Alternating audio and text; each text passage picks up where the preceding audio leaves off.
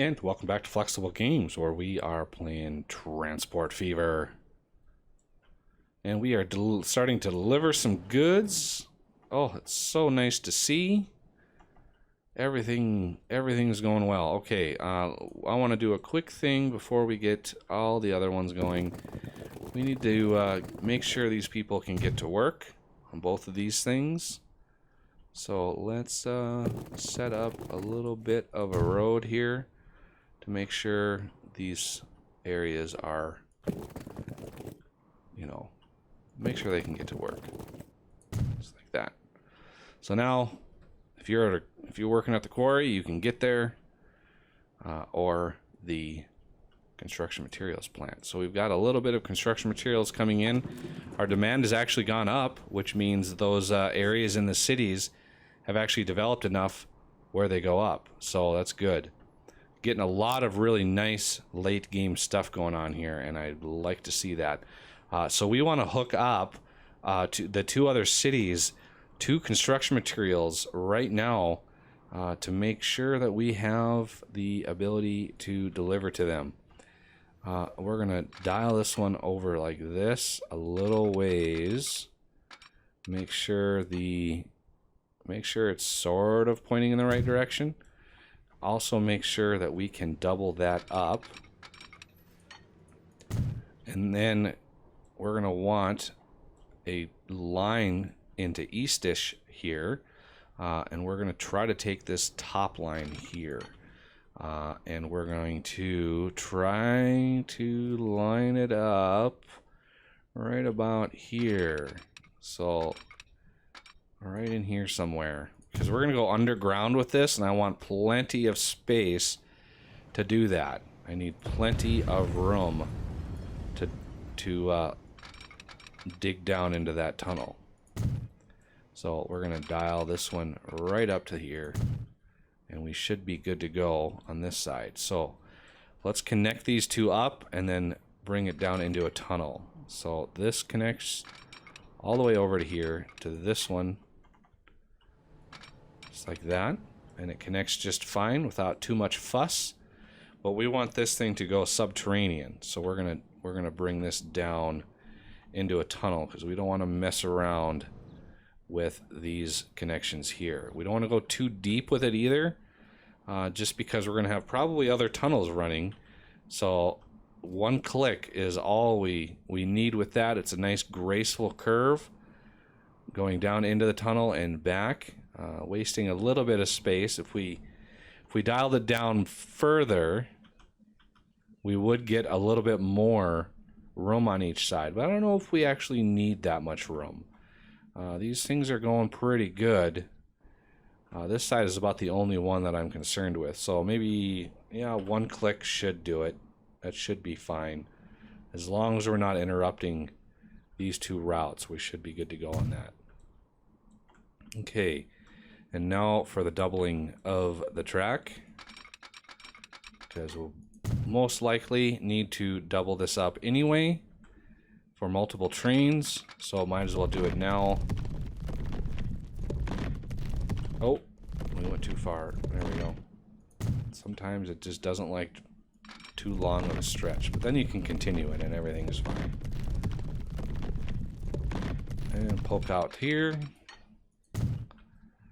I like how the game does this. The math involved in doing stuff like this is insane. Okay. Now we want first a depot for this line. So we're going to take this one out like this. Give it a nice graceful lead in. And then depot this one up, giving us ample space. If we need to double up the line going into the hub, we can do that. I doubt we're going to need to, but these things are going to grow so big that it's going to be hard to keep them up to, anything close to like 100%. Getting them into the 90s is going to be a challenge. We're going to put it right in there. And then, yeah, probably the rest can be good. It's going to be only a couple trains. 3 at the most. This is a longer line. So I'm going to start this one off with 2 trains. We got pretty good amount of demand on this line. So I think we're going to start this one out with 2 trains. We should, look at that. This thing is already going into upgrade mode, which means this is going to upgrade soon as well. So it's good that we're building this, because the upgrade, you know, it will tell me, hey, you know, you want to deliver more items, and boy, are we going to deliver more items. We're going to increase it here. So this is East-ish construction mats. Okay. And the demand here, we have a little bit of industry outside, but the big stuff is close to the station, which is what we're going for. And the demand here is 457, so we're gonna raise it by a little under 457 now. So let's buy trains, and we're gonna do the orange for construction material, and we're gonna do one of these and a couple state cars. Construction material 1, 2, 3, 4, 5, 6, 7, 8, 9, 10, 11. Yeah, we're gonna do 12. Let's keep with the theme here. We're gonna double this one up, and this one is gonna be east. This is east-ish. Yep, east-ish construction material. It's a longer line. It's, you know, almost twice as long as the hub. So to keep that, let's see, construction materials for east-ish 3 minutes, where the hub is 3 minutes. So to keep that 3-minute mark, we had to double that up. Same sort of thing going north. So the north line is going to come right off of this right here. So this is where the north line is going to come out. And I'm not, oh yeah, we're going to need to organize that a little bit differently, because I don't want it to cross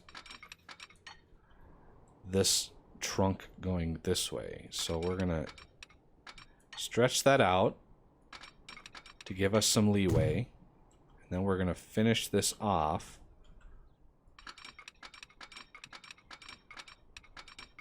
up to here. But I think this road is going to be in the way if we try to lower this. Yep. If we lower it again, yeah, see, the road is in the way. So I'm going to need to extend this line past the road, like so, and then build it. That way we're not interrupting anything. All right. Just like a straight shot all the way out there. That's perfect.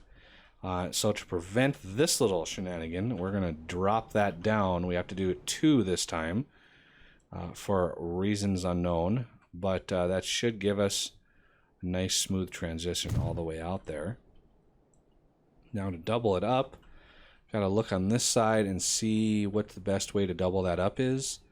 And it looks like coming in on this side is probably our best bet. Leaving this one free and available. Yeah, I don't mind crossing the roads between cities. Delaying that traffic is good for us, because that way more people will get frustrated with their commute and ride our trains, which will hopefully soon be upgraded to include some good good flirt action. So we're going under all of that, gracefully coming up, and now we need to poke into the station in a way that isn't too bad. Oh, that works out pretty well. So now with the with the eastish line, we should have a significantly higher. Yeah, 1600 now. So it jumped, you know, the 400, 450 that this one is now demanding, which increases the demand for stone and makes the trains that we're running between a little bit more profitable because now we're able to run more stone and things are happy. So we are going to add a few lines here, a few signals, maybe one under here if I can get it. It's kind of tough. Oh, I almost had it. Why is this fighting me? Oh, there we go.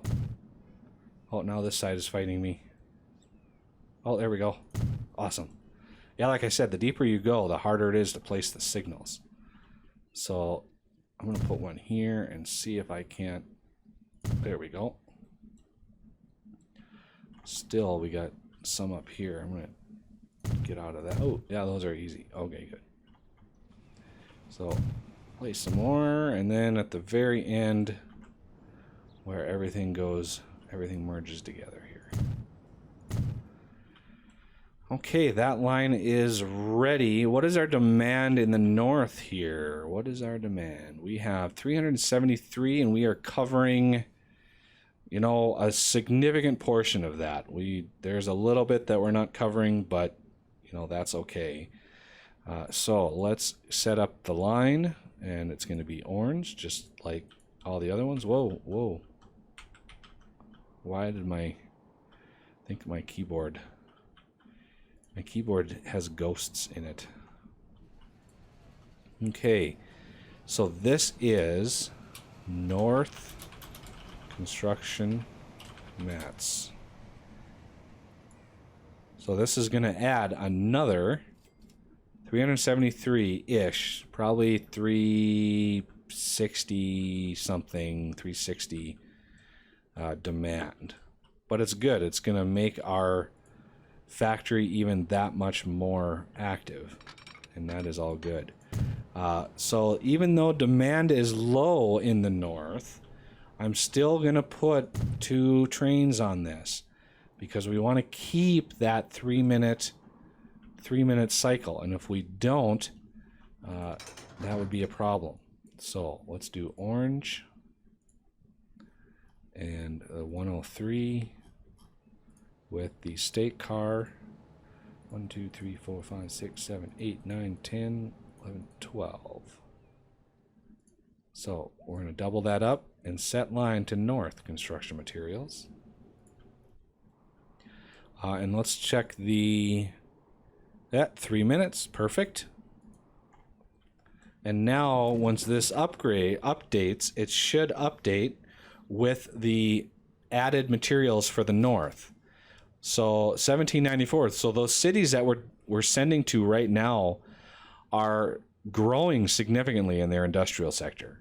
That, you know, several hundred, you know, units of growth in the industrial sectors in each of those cities. So 1794 about is our area that we're wanting to, and let's see if it grows. Yeah, 2143 now. So we already have enough demand to drive this thing to upgrade yet again. So the 1600 production, we are exceeding that by a significant amount already. So the stone here, what is the stone going on here? What is, I think our frequency on this line was about 73 seconds. But these trains aren't even close to being full on their runs. I will probably eventually add a second set of 2 or 3 trains on here. I could probably put a third, but that might mess some stuff up. I'm not sure on that. So this can hold 216. So we've got a significant amount. There's a lot of stone. I mean, these are almost full going back and forth here. So I want to start thinking about how to handle this. So here's the 4 lines that we are sending to. Now, if I add a 5th line, in my experience, the game, at least industries, have a very hard time delivering to 5 different lines. I have done several tests on this, and yes, they do. It does distribute to the lines, but it's very shaky. It has trouble delivering enough to those lines, even though, you know, as it upgrades, it gets faster and faster and faster at how fast it can deliver these things. And it only delivers when the line does a request. So this building will send a request to this station and to that line that says, hey, I need a construction material. That line then transmits that request down here and tells this system, hey, I need a construction material. And then it will deliver the construction material. So it won't blindly deliver construction materials if they're not requested. So as these buildings fill up with their supply of construction material, they will stop requesting it for the year.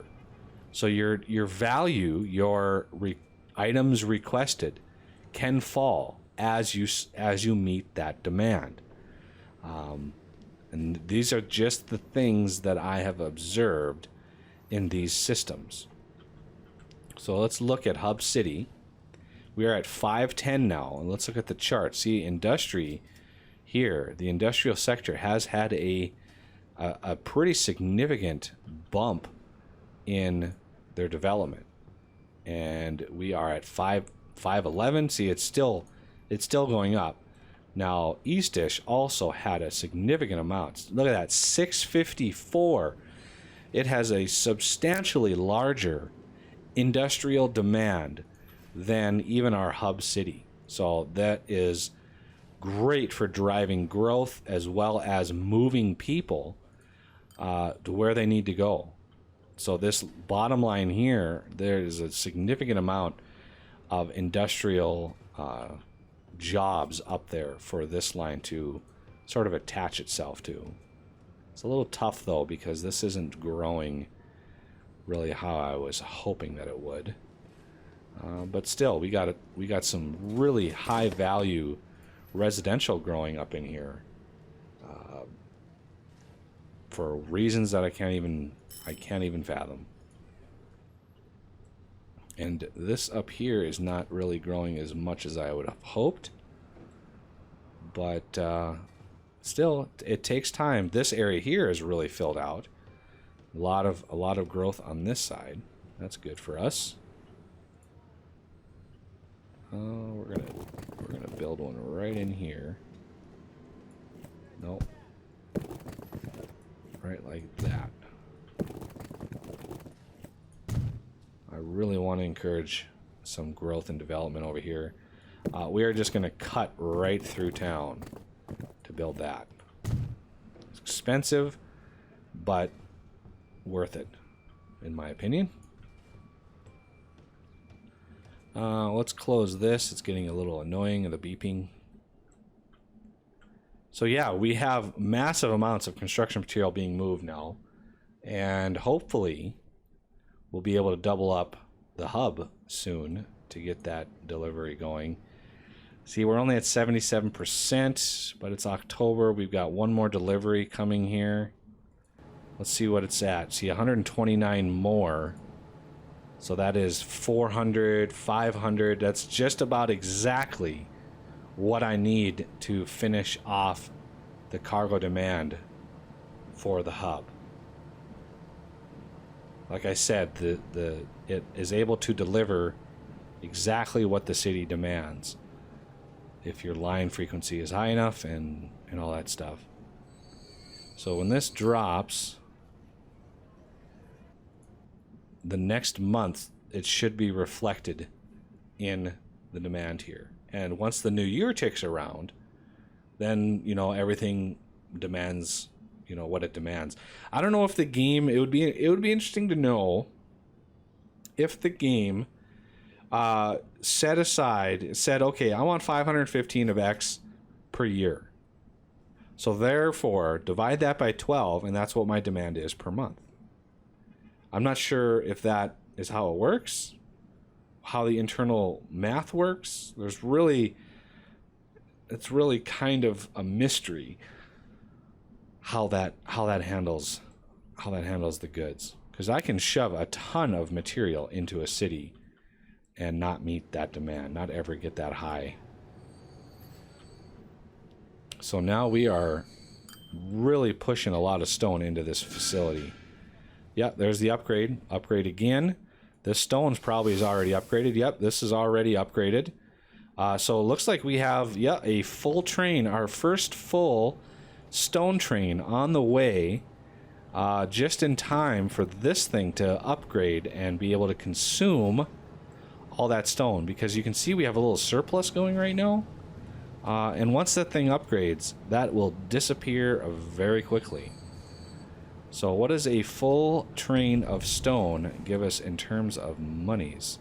Okay, this thing just upgraded. You can see it chewing through that material much, much faster. But this thing gives us 5 million for that little trip. And it's a full train's worth of stone, which is good. So we are delivering... We are still delivering everything that we need.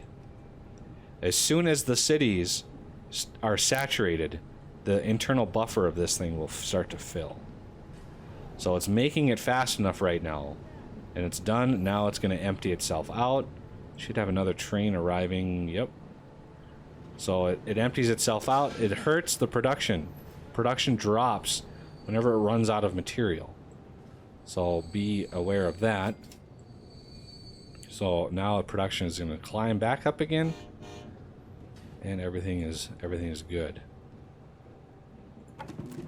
So once your production meets your potential, that's when that's when it'll stagnate. It'll stop growing, stop developing. All right, well, that'll do it for this episode, and I thank you for watching, and I will see you next time.